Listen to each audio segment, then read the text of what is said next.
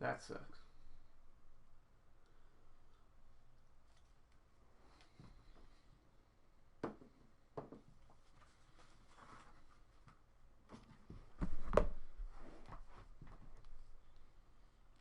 All right, you ready to start it up?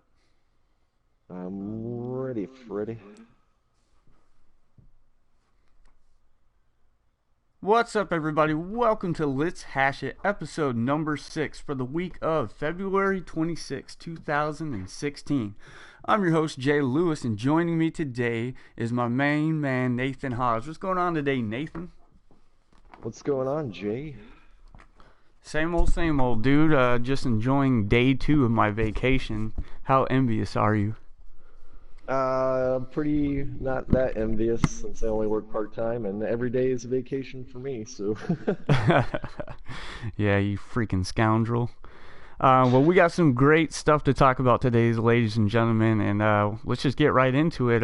First, little bit of top news I have for you today is Rocket League has announced that it's getting a physical release, and they also mentioned that they hit $70 million in total sales so far, and that's before the physical release. So, Nate, what are your thoughts on it hitting $70 million?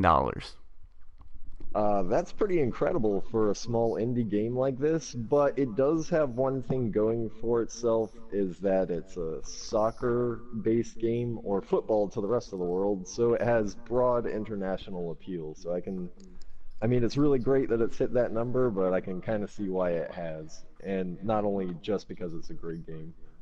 Yeah, I was going to say about 2 episodes, maybe 3 episodes ago, we talked about it hitting the $50 million mark. So now we're already up to 70 million in just a couple of weeks. So I think that was pretty rad.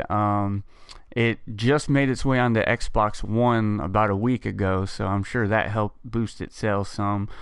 Another thing that I wanted to talk about, second little bit of top news we have, also related to Rocket League, is Rocket League will be receiving some Batman versus Superman DLC, and it's going to come in the form of it's going to have new flags carrying logos of Batman, Superman, and Wonder Woman, and it's also going to receive a Batmobile, and this is going to be launching March 8th for the price of $1.99.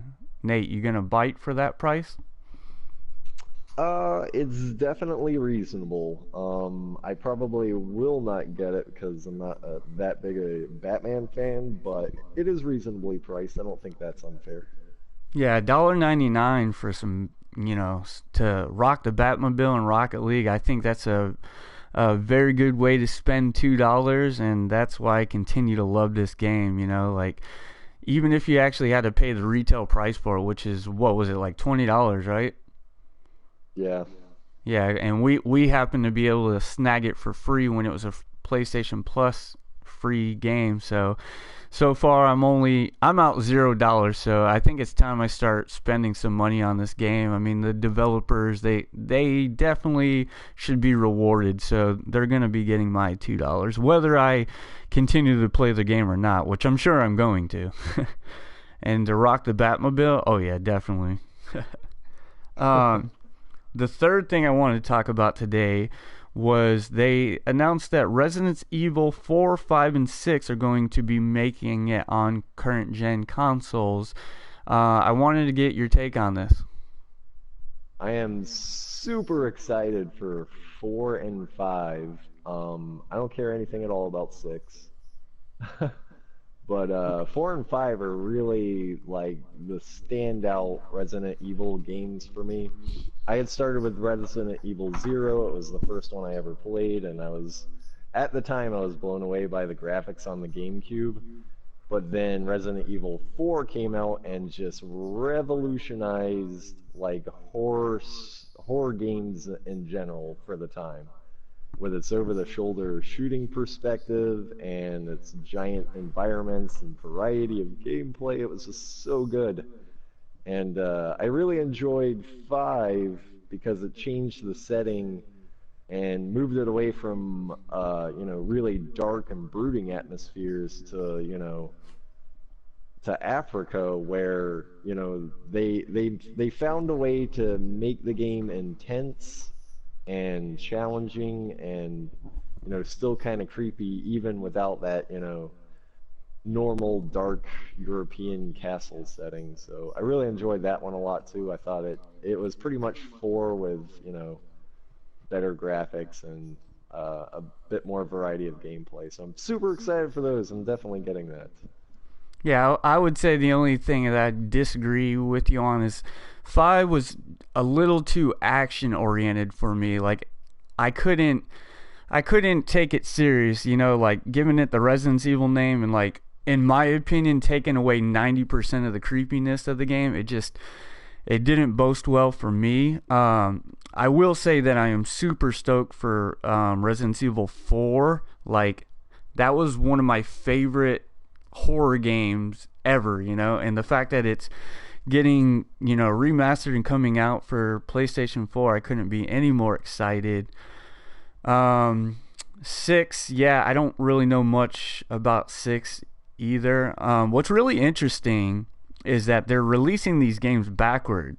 So 6 is going to be released March 29th. The fifth one's going to be released sometime in the summer, and the fourth one is going to be released in the fall. What do you think about them releasing them backwards? It's probably a technical issue. I'm sure it's much easier to reverse engineer the more modern games for the newer consoles. I'd imagine when they have to do 4, it's going to be much more development time to get that old PlayStation 2 and GameCube software to work on the newer systems. So I would imagine that was what's going on there, because that seems so bizarre. Like or they could know up front that 4 is the most popular, so that they're going to try to milk these other 2 games for what they're worth before they put 4 out. That could be a possibility as well. Yeah, I was gonna totally agree with what you just said. 4, they know that's gonna be the bread and butter of the three of these games, and to release it, you know, closer to, you know, the fall holiday rush, like to me, that's a pretty genius idea. One more thing to factor in, that each one of these games is going to retail for $19.99, and North America will be the only place that will have an actual physical release of the game. So what do you think about that? The United States being the only people that are going to be getting, you know, physical copies of the game.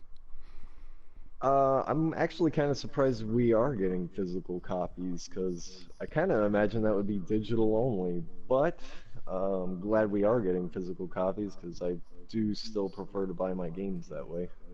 Why do you think North America is the only one getting a physical copy? Probably because we're the largest market for that. I think digital is becoming the new norm, which is soul crushing to me, but you know, there's production costs in producing discs and packaging and all that, and they're probably just sure that they'll, you know, make their money here in the United States instead of elsewhere. So, and maybe we'll be getting a collector's edition or something like that. Who knows? Yeah, right. That'd be nice. All right, now the next thing I want to talk about is this Pokemon news. So apparently, it looks like we're getting 2 new Pokemon games. It was leaked before Nintendo's Direct, and the name of the 2 games are Pokemon Sun and Pokemon Moon. Now, you're the Pokemon in-house, you know, speaker. So what's your take on this? All right, I am currently scrolling through my phone trying to find information on these, and just to say, I am excited. I've always been a big fan of the Pokemon series. I haven't exactly played every game in the franchise. There are way too many to count. But I am excited to see what these new games are about. The Pokemon formula is just so addictive. It makes for a great RPG. It's great two-player elements.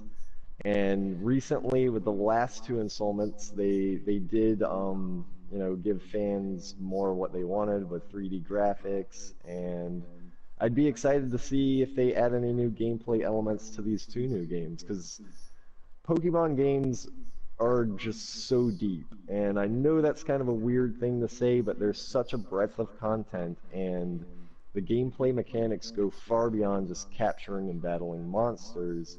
They've done just a great job of packing those games with content. So, yeah, I'd be really excited to know what new gameplay mechanics we can expect on the new games, and hopefully some cooler Pokemon, because the newer Pokemon have been kind of crappy actually, but hell, there's 700 of them to pick from anyway, so you're bound to find a few you like.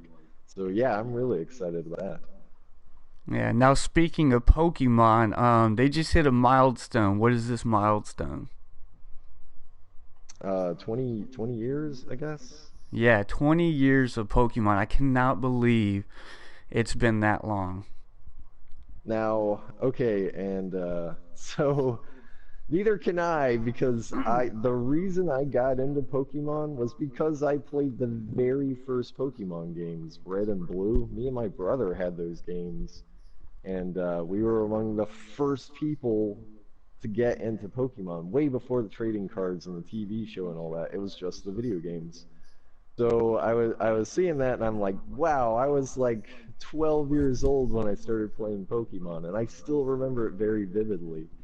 And I'm excited because they're also re-releasing the Game Boy versions of Red, Blue, and Yellow for the Nintendo 3DS. I don't know what the price point's going to be on them yet, but I'm definitely getting that just for complete nostalgia meltdown, just so I mean, I cannot wait to go back and revisit those games that I absolutely fell in love with when I was 12 years old. Oh man, I just nostalgia so much is going on right now. Yeah, I've said it on past podcasts that somehow Pokemon never sunk its teeth into me, and somehow I've been able to avoid the Pokemon bugs. So probably a good thing, as it seems like they put them out at a pretty steady pace. And with all these other awesome games to play, it's just one less distraction for me. So, I hope it's good for your sake. We'll put it like that. Yeah, I'm sure I'll have fun with it. Yeah. The next thing I want to talk about is it looks like we're getting a new Alan Wake game. Let's see, where's it? Remedy Entertainment has been teasing the possibility of a return of Alan Wake's franchise on several occasions, and today a rather interesting trademark popped up in the European Union database for Alan Wake's return. And then the article just, goes on to state that, the trademark has been received. So I don't know. The first Alan Wake game was an Xbox exclusive. I'm not sure if this is still going to be an Xbox exclusive. You familiar with the game at all, Nate? Not really. I'm trying to bring back any like I know the name, but I can't even tell you what type of game it is. So basically, the game is like it's really X Files s type of game where you're a detective in the search for a missing person. There's all these paranormal activities that are going on, and the game has a really cool mechanic where your flashlight, basically when you see like a creature, an enemy if you will, you point your flashlight at it, and some of the weaker enemies it will kill them, and then some of the stronger enemies it will make their armor get disintegrated, so you can actually use shotguns and other types of weapons to kill them. But it was a stunning looking game back on the Xbox, and it reviewed really well. I think IGN gave it a 9. Yeah, a solid 9. So the first one was amazing, and it looked incredible. I never actually played it. I really wish I had, because it, like I said, it did so well. And, I got my fingers crossed that this makes it on the PlayStation 4. So, is this something you think you'd get into? Not especially. I mean, it does sound interesting, but I don't think I'll be diving into that one. Not that big into like horror, paranormal type of games. Not generally, no. And now that I've known that Resident Evil 4 and 5 are coming out, I think I'm just gonna wait for that. Yeah. Well, keep an eye out for that one, folks. Right now, we don't have much information. Definitely no release date, or, it's not even confirmed yet. So just keep your eyes out for that. Now, the last thing I want to talk about in the news is PlayStation Plus announced its March game releases, and it looks like for PlayStation 4, we'll be getting Broforce and Galaxy. So, what are your thoughts on that? Uh, Not especially excited. I think Broforce I might look into, and I mean I'll definitely download them both since they'll be free, and I'll try them out. But neither one of those games really stood out to me. Yeah, so Galaxy, I ended up purchasing when it first got announced. Spent $20 on it, and I played it for a couple of hours, but I quickly got off of it because the controls were just a little too floaty for my liking, and you know it's extremely difficult, because it's permadeath. So if you die in the mission, you have to start all the way over. So it can be very tedious. And then for Broforce, I watched a video on it, and it looks like a very Mercenary Kings-esque type of game. If it's anywhere as good as Mercenary Kings, then we're really, really, looking at a strong game, because Mercenary Kings is amazing. Yeah, I heard good things about that. Yeah, so that's it for the top news. Nate, what do you got for me topic-wise for this week? Uh, you know, um, Not a whole lot really. Gosh, kind of had a not great start to the day, so my mind's kind of jumbled. Do you want to start us off with any topics? Yeah, I'll start us off while I'll let you, think one up. But I wanted to talk about the difference between open world versus linear style games, and like what you tend to prefer more. Like, do you like open world or do you like linear? Like, where do your tastes kind of stand? That's actually a tough question. I do I do tend to lean more towards open world games these days. I just like the game mechanics that come with those types of experiences, and I'm such a big fan of like exploration in my video games. I've always been a big fan of RPGs because of that.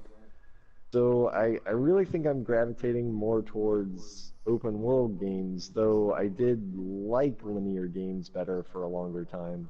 But I think now that the technology is caught up so that open world games can be big and immersive, and have a variety of different gameplay mechanics built into them, I think they're what I prefer nowadays.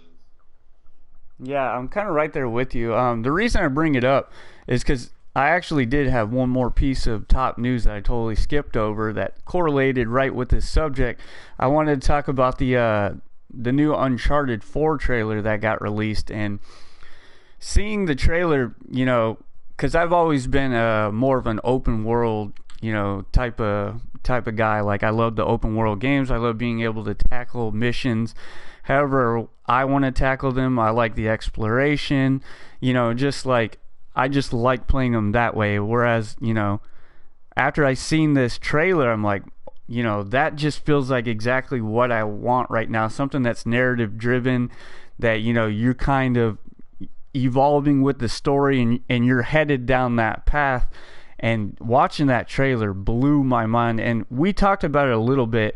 It didn't do quite as much for you, but, what exactly was it that you don't like about the Uncharted series? And I'm not trying to force my beliefs on you. I just want to know, because to me, like, the tech is really amazing, and the visuals, oh my god, I couldn't figure out what was cinematic and what was actually like real-time gameplay. I just feel like this game is like a marvel to look at. But what is it that doesn't really float your boat in for this game? I guess, I guess it's the story. Like, I don't feel invested in that story. And this is just something that's personal for me when I play video games. I generally play video games in more, abstract or fantasy type games or worlds or environments. And I mean, the Uncharted series seems to be grounded in reality. Like, he's like a real guy, and this is like a real situation that could happen with real survival, situations, which is cool. I completely understand it, but for me as a gamer who likes like over the top action scenarios and crazy alien fantasy worlds and stuff like that, there's just not a lot there for me. You see, it's like it seems so much like a movie. It's hard for me to be interested in it. To the point to where the cinematics look exactly like gameplay. So I see what you're saying there. Are you into Indiana Jones? I am a huge fan of the Indiana Jones movies, which is probably why this is not so interesting to me, because it does have a lot of similarities to those movies, but it's just set in modern day. Right, absolutely. Now, even though you're not into the movie, I wanted to talk about the visuals. And were you as blown away by what you were seeing as I was? Like, can you believe that the PlayStation 4 is capable of, pumping out that type of gameplay? Honestly, yes. I wasn't particularly impressed, but that's only because I played Witcher 3, which is still the best looking game that I've seen yet. It does look really good, don't get me wrong. Like, I think some of the character models might be superior to the ones in Witcher 3, but I just don't see the amount of detail in any other game yet that I've seen in that one. So, I mean, we'll see. The game is still a little ways off, right? I guess. Yeah, it's coming out. I think it got pushed to April 29th now. I know it's All right, sometime so in like mid to late April, so it's not that far along. But when I was watching the trailer and just seeing like the beautiful vistas and like the beautifully colored water, like just the color palette, like is right up my alley. I love those bright poppy colors, and like I feel like the Uncharted games are like proof of concept that really push what PlayStation can do. Like, back on the PS3, one of the best looking games were the Uncharted games, you know what I mean? And I get what you're saying about them playing almost like a movie would. I think that's why I'm kind of okay with it. Like, what I'm looking for is just like some more bite-sized games where you can invest, 25 to 30 hours in them and just be done. Like, these big open world games, the thing about them is usually you're looking at 60 hours or more, and some of them up to 200 hours, like The Witcher 3. I think you said you dumped like 200 hours into that. So like right now this is gonna hit that sweet spot where I can get in, get this awesome story and get out and get on with my way. So I'm really looking forward to it. We'll see what it ends up being. I'm really curious to see how it stacks up against the Tomb Raider, because when Tomb Raider came out and I found out that it was an Xbox One timed exclusive, I was pretty bummed out. And then when I ended up seeing what that game actually was, it was a beautiful game, and I'm like, how will Uncharted, hang with it in terms of visuals, and how will it one up it? You know what I mean? Because they're setting out to one up it. Yeah.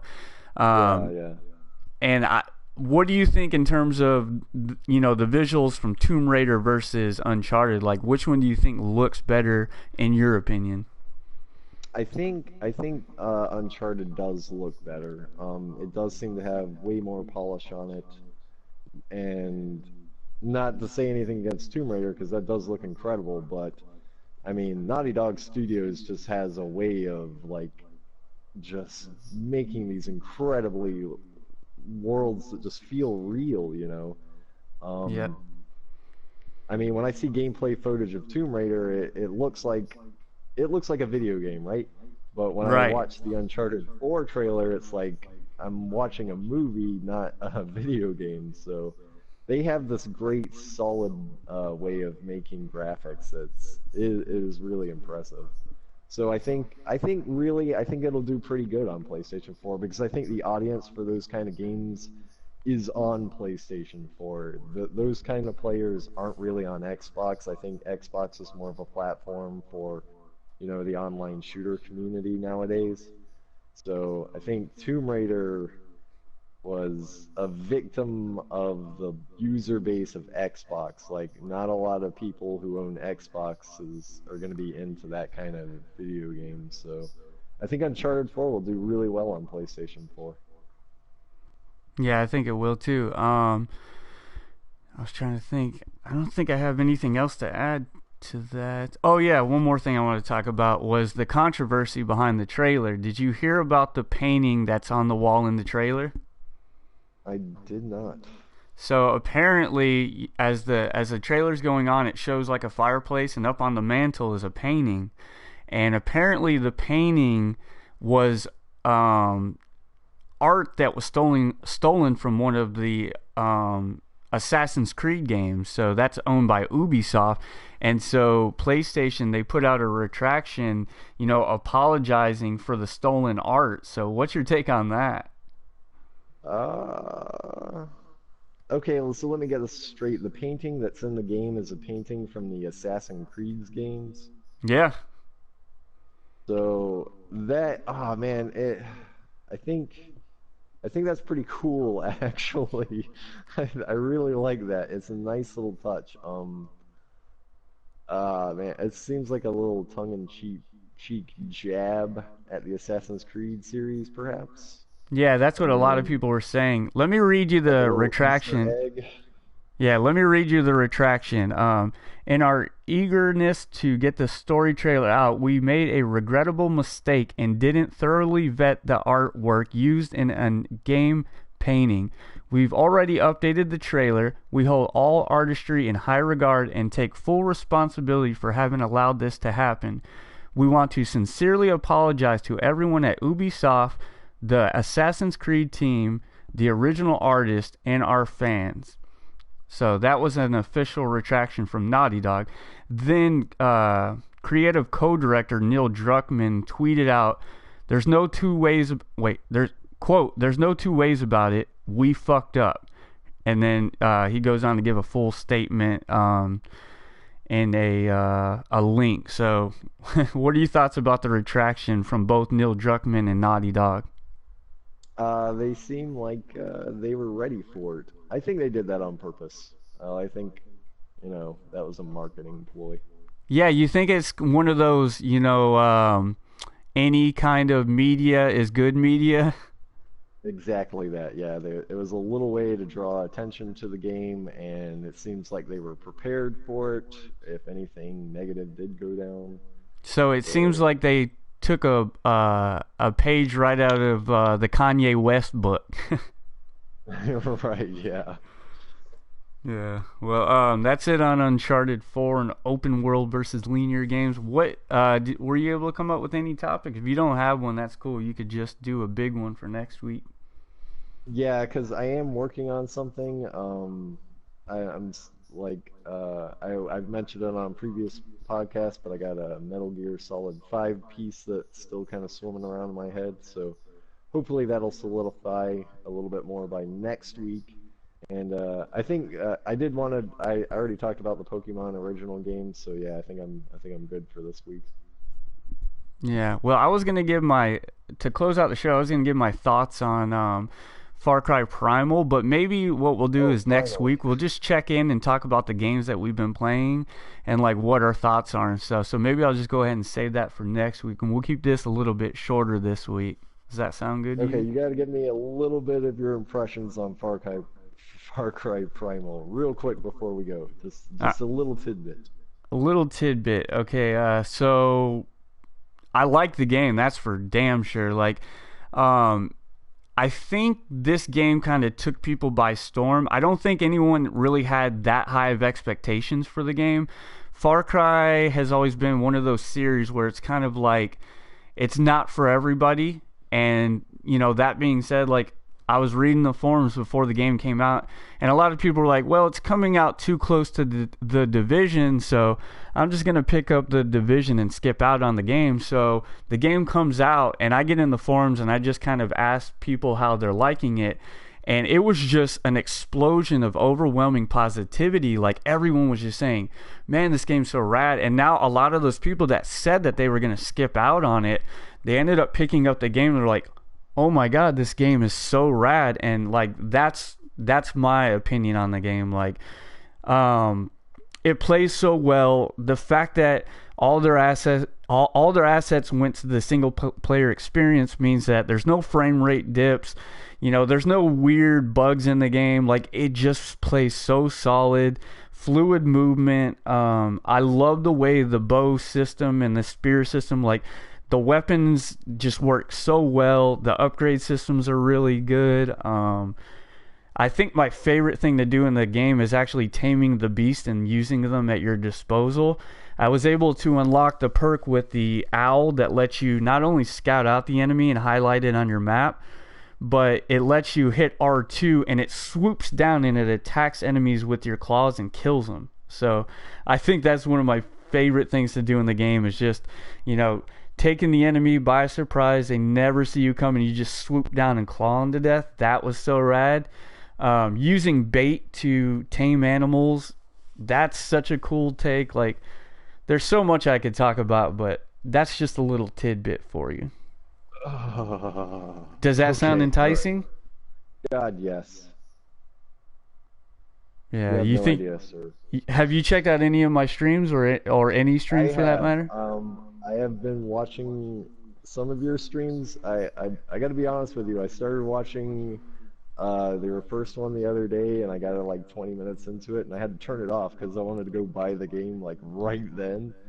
And then I started checking out a few bits from some of your newer streams, but I'll tell you now, I'm definitely wanting to get this game, and it might be soon, so I might be playing it in the next week or two. We'll see. Before I started playing the game, some of my biggest worry was frame rate. Remember me saying that? Yeah. So that got debunked. Then my second worry was, while I was in the world, I just worried about getting attacked by animals too consistently to where it was like frustrating. That got debunked as well, because you are getting attacked by stuff at a high rate, but once you start getting more empowered and you start unlocking like new attacks and stuff, it starts being like way easier just to kind of work your way through that. And then something really awesome too is that you got to remember that every time you tame a species of animals, you'll no longer get attacked by that species. So where you start getting attacked by basically yeah, that's what I was saying. When you start the game early on, you get attacked by everything, but as you start taming all these wild animals, they no longer attack you, to where you can traverse the landscape and not have to worry about it. That's pretty awesome. Yeah, and one thing I'm going to close on, because I don't want to talk too much about it, is my one thing that I never factored in is you have to understand the way the food chain works, because when I unlocked the wolf and it was now my companion, I set it out to attack a bear, and it's kind of like one of those things where you need to know who's more badass, because the bear obviously ended up destroying my wolf. So you know what I mean? Like, you gotta kind of understand the chain of command, or the food pyramid, if you will. Oh, that sounds awesome. Yeah, so we'll close on that, and you got any closing statements? I do not. Man, I am just so unprepared this week. It's all right, man. That's what's so great about this YouTube channel. Extremely decent games, Like, we just take superficial looks into things. Sometimes we'll hit gold, and sometimes we'll just have some mediocre episodes. So it was a slow news week anyway, so, this was going to be a smaller episode. So no doubt, dude. No worries. Ladies and gentlemen, thanks for joining us for episode number 6 of Let's Hash It. We'll be back next week. And appreciate you stopping by. Later, guys.